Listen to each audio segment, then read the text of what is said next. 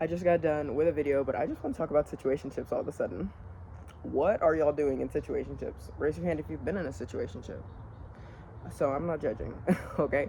I am tired of hearing people say, oh, I've been talking to this person for 9 months and we're just about to get started dating, or I'm sure they're gonna ask me out soon. What? Y'all had to have been dating that whole time. What were you doing? Talking, going out together, sleeping in the same bed, cuddling each other, watching movies, hanging out extensively, texting all day, all night, or even texting regularly? But you're not dating, you're talking. No, I think you're miscommunicating. I think you're misconstruing communicating with talking. Yes, you're communicating, but you're also dating. People are so afraid to say they're dating these days. Why? Why? You could be dating her, you could be dating him, you could be dating whatever, and it shouldn't matter until you lock down the relationship as exclusive. Shout out my dog Chevy. Once you lock down the relationship as exclusive, then it's like, okay, now I'm dating this one person. We are boyfriend and girlfriend, okay? Or boyfriend and boyfriend, or girlfriend and girlfriend, or person and person, or lover and lover. So once that is done, then you decide, okay, after a couple of years, after a couple of trials and errors, are we gonna get married? Are we gonna make this solidified? Are we gonna do the thing, whether legal or not, whether involving the government or not? Are we gonna do the thing, the long-term thing with the thing? You don't even have to have kids with the thing. You don't even have to, because a family, I believe, is just two partners who are happy, maybe with a puppy or an animal, cat. Some people are chicken people. Anyway, all I'm saying is those are the steps. Those are the phases. Why are we mixing that up? Because how are you telling me that the person you had a baby with, you were never even dating? But y'all go way back since high school. What?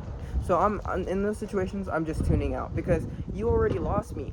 I need you to reclaim respect for yourself and demand those titles. It's not putting pressure on somebody to get reassurance. I don't know why in this society everybody's so sensitive about reassurance, but we as human beings deserve it. We as human beings, we crave love and we crave affection. We crave intimacy as far as being physical with somebody at night, the cuddling, the closeness, the human being interaction, affection, just tight. You want to be like, I think there's some sort of statistic like a human needs like 11 hugs a day to not fall into depression. Don't quote me on that statistic, but there's something like that. How many of you are getting 11 hugs a day?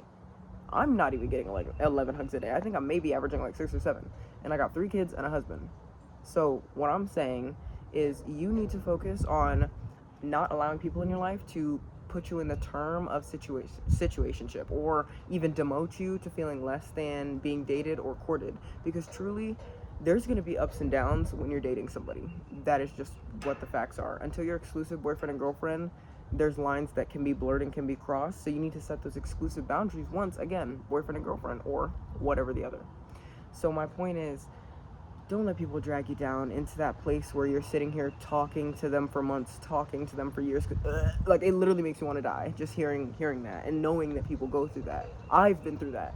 Thankfully, it was just talking to them for like, 2 or 3 months. I'll just give you all a little story time real quick. I had a workplace situationship when I was a teenager, and this guy, he and I, we didn't have the same school together. I was 17, 16, and he was the same age.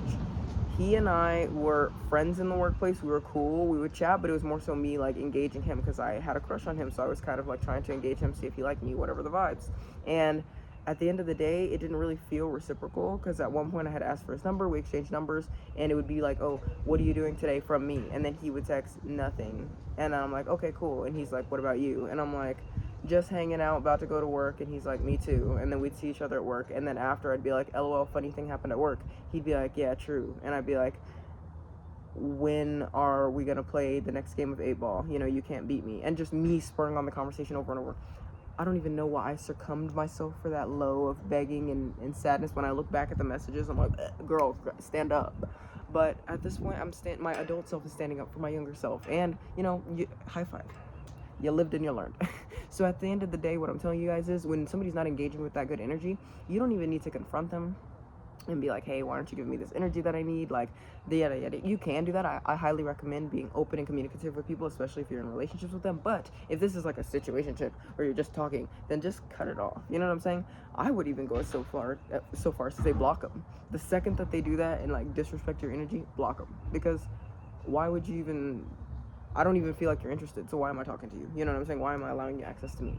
Now, furthermore, there's other situations like, I'll finish the story time real quick.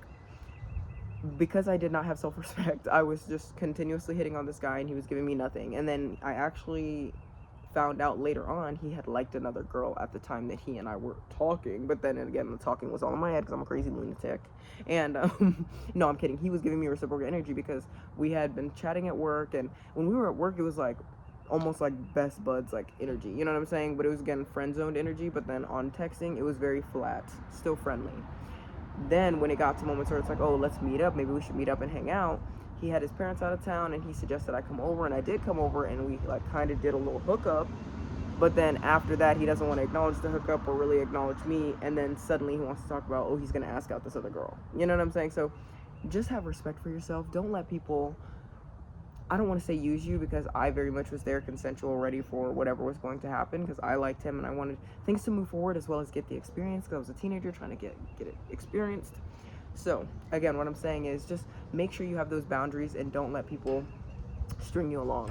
Block them. Take the power back. You know what I'm saying? It's a power move to not allow people access to you. So I want you guys to take that, move on, and don't let your situationships hold you back in life, because they are going to dry. And I'm not just talking about situationships, I'm talking about low vibrational friendships as well, but you have to apply that logic yourself with the context of what I've just said. So thank you so much for watching 2 videos back to back. Hopefully you guys enjoyed. I will catch you in the next one. Bye.